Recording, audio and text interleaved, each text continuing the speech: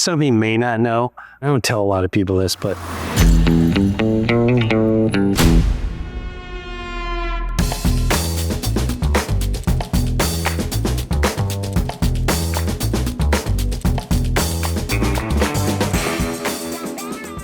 as long as I can remember, yes, I had a calling to do stand-up comedy, but I had a deeper calling.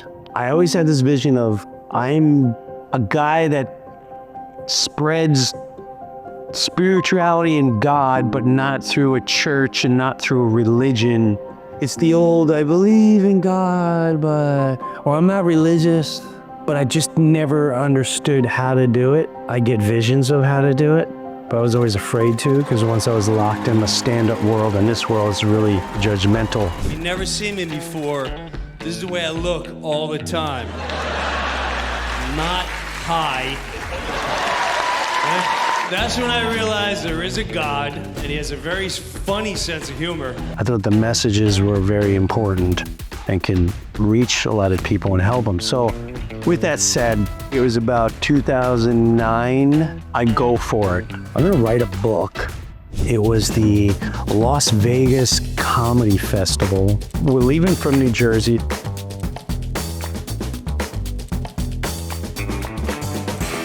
As we fly, I get a notebook. I'm gonna start writing these stories. I'm gonna change lives. That was the intention. I didn't even eat or anything, I just wrote. And all I remember, I was so zoned in. We landed in Vegas. I just remember, you hit that bounce when you land. I'm like, holy crow, we're already here. My finger had such a deep dent in it from the pen, and I just could not believe this came out of me. I just kept looking like, whoa, I can't believe how much I wrote. So now I was really into this. So we go check in, gorgeous, ridiculous room. It's like the movie Hangover. It's got a living room and this whole dining room table. It's a monstrosity. I sit down at the table and I'm continue writing. This is gonna be a great story, and this is gonna be a great story, and oh my God. My wife said, hey, I'm gonna get a pedicure. Why don't you come with me? I said, I don't want to get a pedicure. She said, oh, just come down anyway. So, all right.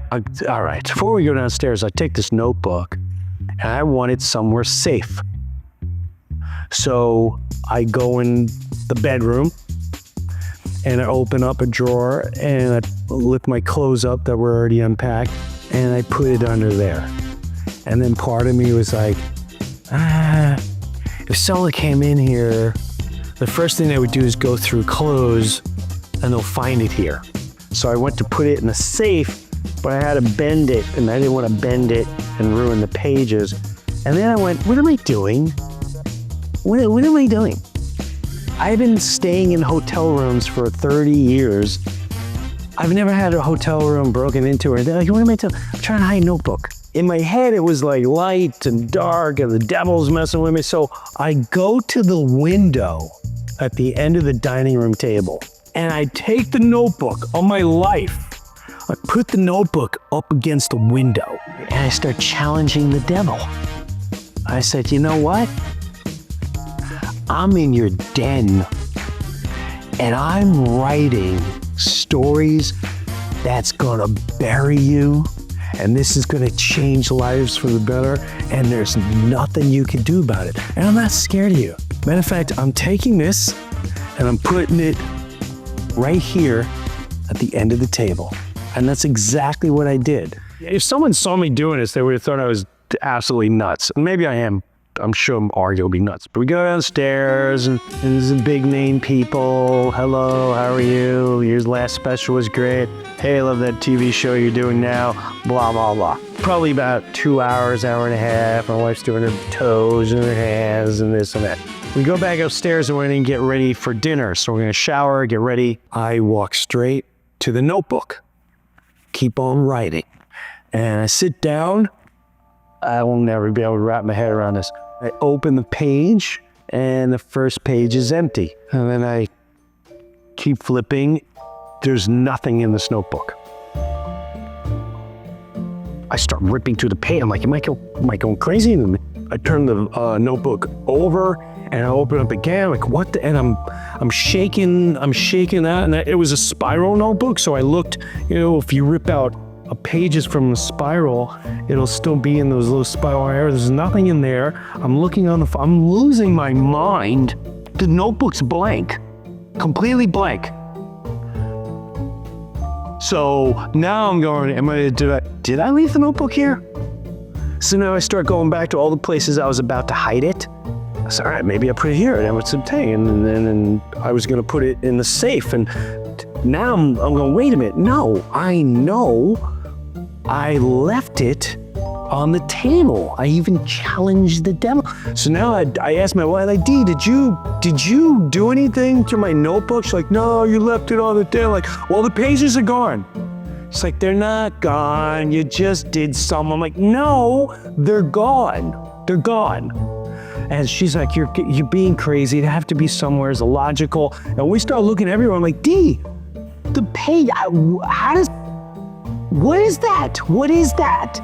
How are the pages gone? And so I take the notebook and I'm looking all over, and then I go, maybe the maid was in here. So I open up the front door, and across the hall, just maybe 2 doors down, there was the maid stand. And I went over there and she came out. I'm telling you, on my life, maybe she had a rough night, maybe whatever. Her eyes, she had dark circles and dark eyes, and it's almost like she wasn't even comprehending my conversation. I'm like, this book, I'm staying in this room right here.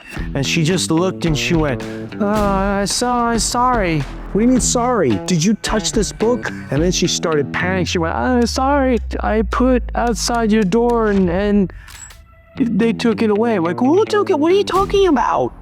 I said, you ripped the pages out of my book? Why would you do that? I call down the front desk. The manager gets on the phone. Hey, Mr. Breuer, I said, listen, I'm writing a book. This is a major project, and your maid, she took pages out of it. And she's like, well, that doesn't make sense. She's been working here forever. They would never do that. If they think you checked out, they would take the book. I'm telling you what happened. So I'll be up there in a minute. So he comes up. In the meantime, the maid, she came back down the hall panicking, and she had 3 pages, and they were all crumbled up. I don't know where she found them. They had food on it. So the guy asked me to go down to the garbage chute. So I had to go down to Caesar's garbage chute. I'm downstairs as they're still dropping bags of garbage, and I'm going through all the garbage looking for my pages. I remember coming back to the room.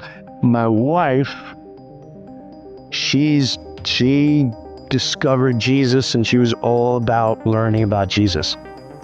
And I went, hun, I need to tell you something. I'm not saying this is the reason it happened, but I challenged the devil. And I said, I dare you to come and I dare you.